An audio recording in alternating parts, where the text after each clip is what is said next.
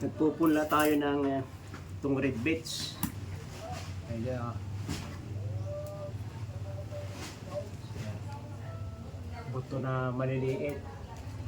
At ito ay napaka bilis patubuin para lamang matagal-tagal lamang ng kaunti sa pitsay.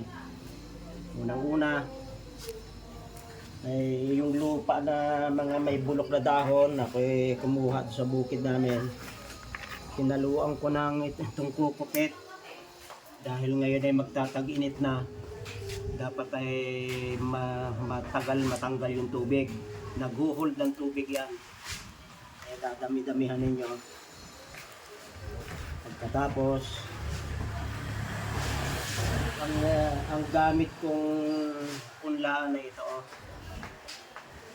kasi tagal ng 2 taon pagpunlaan lang, magagamit ang ilang ulit.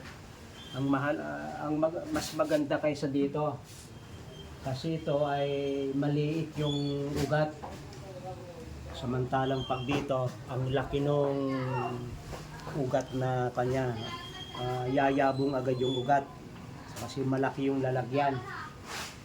Ito naman marami yung isang tray, pero ito yung napili ko kasi mas maganda.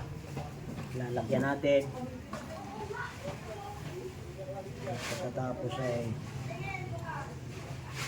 kukuha na tayo itong buto ng red beets.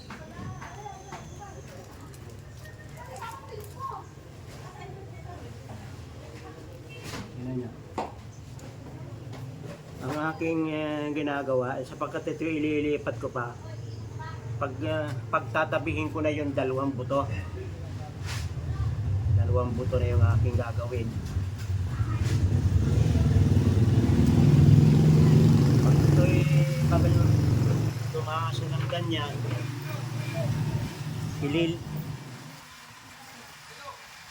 yan yung maliit na tubo.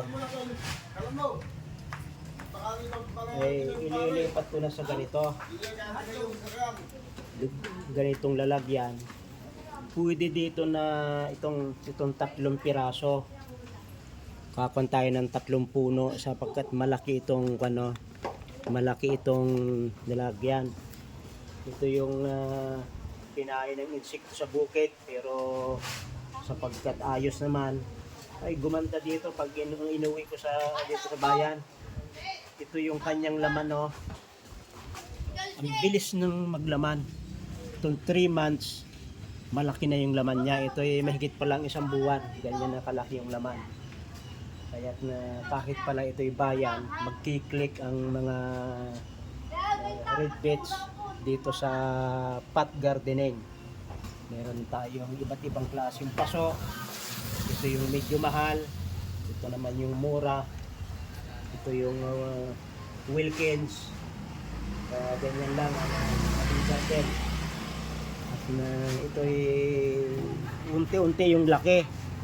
May mga kasi hindi masasabay-sabay ng kain. Meron ng kanilang mas malaki na ng kaunti. At mayroon kaming mas maliit pa. Unti-unti yung aming pagpapalaki para laging mayroong makakain. Maraming salamat sa pagsubaybay nyo sa Natural Wellness si Pastor Vito.